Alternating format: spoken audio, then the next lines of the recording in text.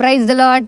ఈరోజు ఒక సామెత నేర్చుకుందామా? సామెతల గ్రంథం 15వ అధ్యాయం 3వ వచనం. యెహోవా కన్నులు ప్రతి స్థలము మీద ఉండును, చెడ్డవారిని మంచివారిని అవి చూచుచుండును.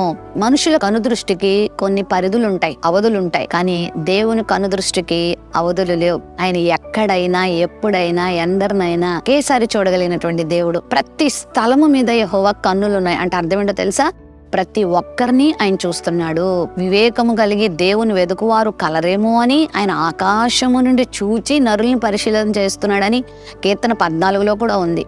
మన దేవుడు అందరినీ చూస్తున్నాడు, ప్రతి పరిస్థితిని చూస్తున్నాడు. పాపం చేసేవారిని చూస్తున్నాడు, నీతి మార్గంలో నడుస్తున్న వారిని చూస్తున్నాడు, దేవునికి అవిధేయమైన పనులు చేస్తున్న వారిని చూస్తున్నాడు, దేవునికి విధేయులై జీవిస్తున్నటువంటి జీవితాలను కూడా దేవుడు చూస్తున్నాడు. కష్టాలలో, నష్టాలలో, బాధల్లో ఉన్నవారి జీవితాలని చూస్తున్నాడు, ప్రార్థించే వారిని చూస్తున్నాడు.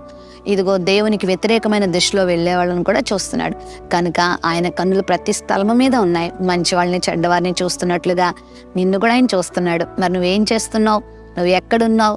నువ్వు ఎలా జీవిస్తున్నావో నువ్వు పరీక్ష చేసుకో. ఎందుకంటే చూచుచున్న దేవుడు మనకున్నాడు. మంచి వారికి తగిన ఫలితాన్ని ఆయన ఇస్తాడు, చెడ్డవారి వారి క్రియలకు ఫలితాన్ని ఆయన ఇస్తాడు.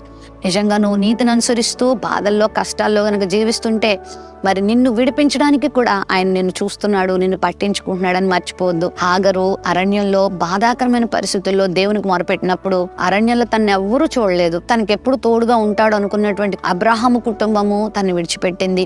మరి తన స్నేహితులు, బంధువులు ఎవ్వరూ తనకు లేరు. ఆ ఒంటరిగా అరణ్యంలో అటు ఇటు తిరుగుతున్నప్పుడు ప్రభు స్వరాన్ని వినగలిగింది. అప్పుడే పేరు పెట్టింది, చూచుచున్న దేవుడు నీవే అని.